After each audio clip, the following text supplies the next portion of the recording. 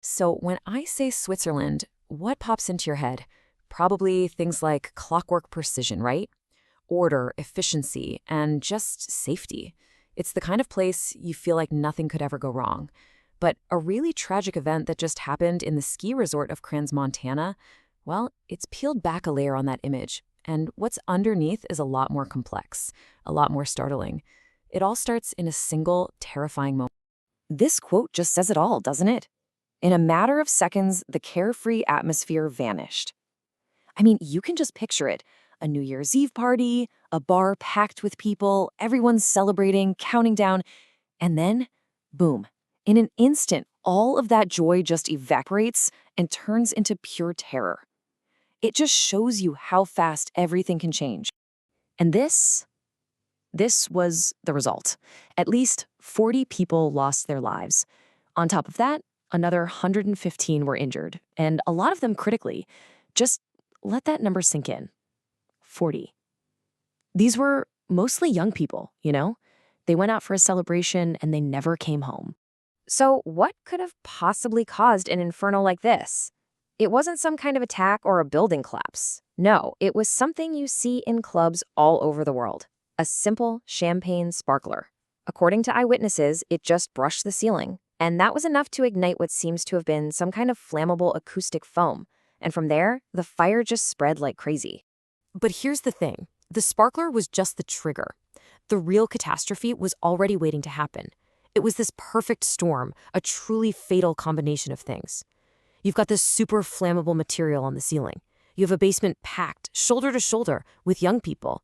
And this is the critical part. There was only one stairway to get out.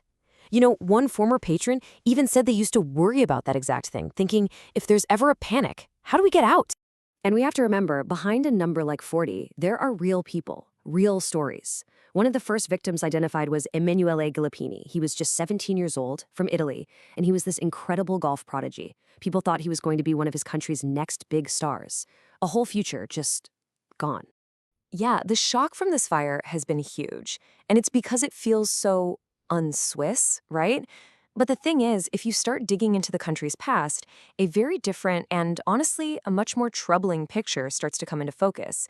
You start to see a pattern, and it makes you ask a really serious question. So here's the question. Was this fire just a total fluke? You know, a shocking once-in-a-generation tragedy for a country that's otherwise perfectly safe? Well, the answer to that is a hard no. Not even close. When you look at the history, it's all there. A military depot explosion that literally wiped a village off the map. A glacier that collapsed and buried 88 workers. A horrific bus crash that killed 22 schoolchildren. Suddenly you realize Switzerland has this hidden history of major, large-scale disasters. Okay, so what is going on here? How can a country that's famous for getting every little detail right have this kind of track record? To really get it, we need to zoom in and look at the chain of events in some of these past tragedies. Let's take the Matmark Dam. On the one hand, it was this incredible feat of Swiss engineering, a real symbol of progress. But on the other, it was the site of one of the country's worst ever workplace accidents. And the key failure? It's almost unbelievable. The barracks for the workers were built right in a known danger zone, directly in the path of a glacier. 88 people died because of that decision.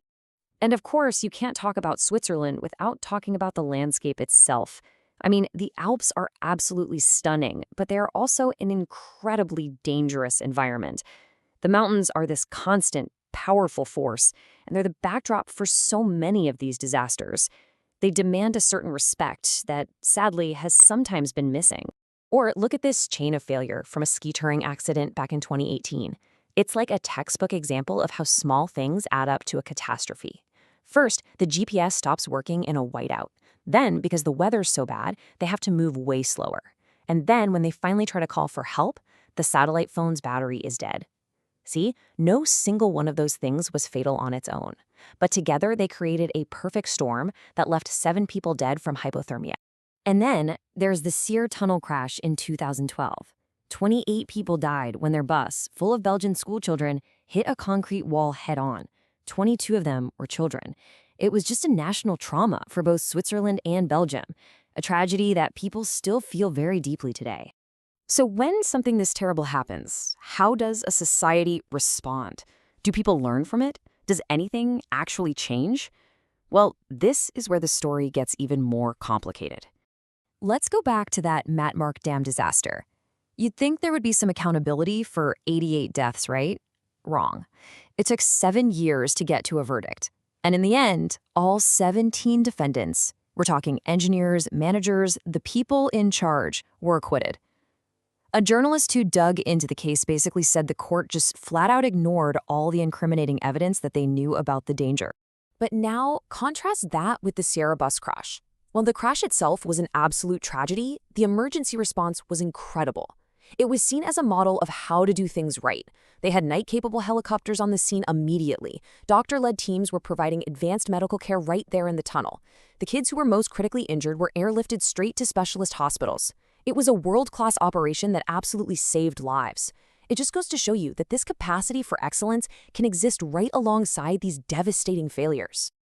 And all of this brings us to the real heart of the issue, what you might call the Swiss safety paradox. It's this deep contradiction at the core of the Swiss identity. How do you square this global reputation for precision and safety with a hidden history of absolute catastrophe? I mean, look at it laid out like this. The reputation is all about safety, security, order, and reliability. But the reality we've just looked at, it's a history of catastrophic accidents, of recurring failures in planning and risk assessment, and a really spotty record when it comes to accountability. That's the paradox right there. And that really leaves us with one final kind of unsettling question, doesn't it? Is it even possible for any society, no matter how organized or advanced, to truly engineer away all risk? Or are these terrible events, from the Matmark Dam all the way to the Crans-Montana fire, just a tragic, unavoidable price we pay for progress, for pushing boundaries, for building bigger, and for living right alongside the awesome power of nature?